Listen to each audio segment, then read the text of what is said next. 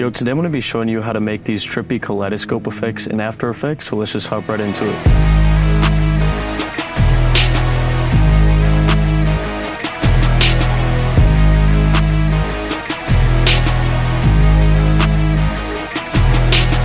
And if you want to save time while editing, make sure to check out my website where I can definitely help you on your editing journey. So I have my footage right here. I went ahead and rotoscoped out my subject. If you don't know how to rotoscope, search up a tutorial on it. It's pretty simple. And so there's a bunch of different effects that we could add on. So the first one is a Sapphire plugin, and this one is Sapphire_Kaleido. And this is essentially a recreation from this effect that I saw from this Night of Music video. And basically on the first frame, you're just going to set the Kaleido amount at 0, and then in the middle of the clip you can increase that, and boom, then on the last frame bring it down to 0, and just like that you have, you know, kind of a cool effect like that. You could also increase or decrease the Z distance to get some cool looks that way too, and then you can shift this with the inside shift X, same with the Y. I think the Y definitely looks pretty trippy.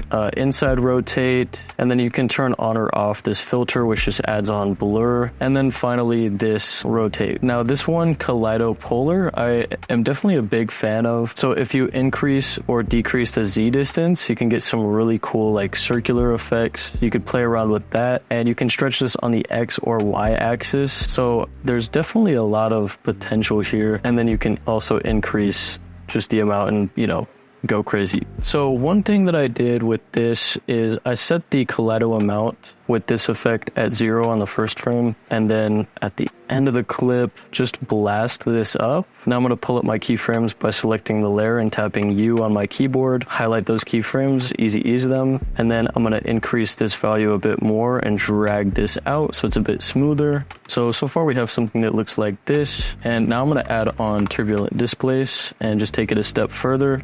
So on the first frame or near the beginning, bring the amount to 0 and leave size on 100. Then a bit later in the clip, you can increase the size and amount until you get something that you like. And you can change this to Turbulent Smoother. I think I like that better. Then you can easy ease those keyframes as well. And don't forget to set a keyframe for evolution, and then have that go through 1 or 2 rotations just to give a bit more of some natural rotation in there so it's not super bland. Now I'm going to add on Uni Prism Displacement. This is a Red Giant Universe plugin, and basically kind of near the beginning, again, just set the glass refraction at 0, and then later we'll increase that just a bit, you know, don't go too crazy with it. And now we have something that looks like that. Now I'll add on Distort Chroma. So I want this to be a lot more slight, and I want this to be a negative value. So I'm going to set the amount at 0 at the start, and then later I'm just going to bring that down just slightly like that. Finally, I'm going to add on Color Balance HLS, and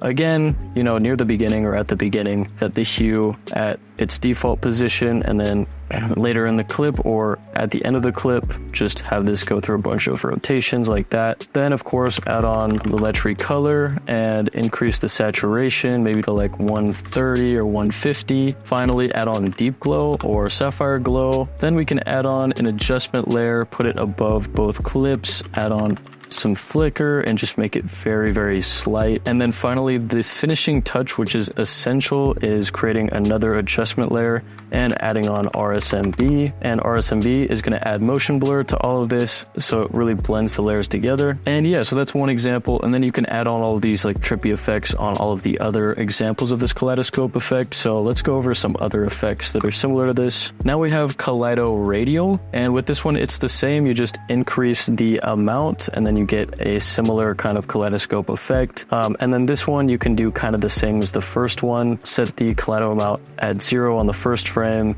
then in the middle of the clip increase it to something like that, and then again on the last frame bring it back down to 0. I went ahead and easy eased those keyframes by pressing F9 once I highlight them, and then I'm just going to bring the last keyframe over a bit, just so you actually see it go back to normal at the end. So it looks like this. And yeah, that's another just really kind of easy one. And so again, you could add in some trippy stuff like this, prism displacement, do something like that, bring it back down to 0 on the first frame, bring it back down to 0 over here, highlight those, F9 them, then, you know, add on HLS again, and then at the beginning, set that at 0, at the end, have that go through 1 rotation, you know, maybe keyframe in some Sapphire glow in the middle here, set that at a high value in the middle, and then bring it back down to 0 on either end again. And oh my gosh, dude, that is so clean. And then of course, again, add on another adjustment layer, put it above all clips, and then add on RSMB just like that. Go file, export, add to render queue. A lot of people think that this style is kind of dead, which I do agree to a certain extent, but at the same time, I think that it's super fire and that people should still be using this style. And if you want to save time while editing, make sure to check out my website where I can definitely help you on your editing journey. That's about it for today. I appreciate y'all for tuning in and have a great rest of your day. Peace.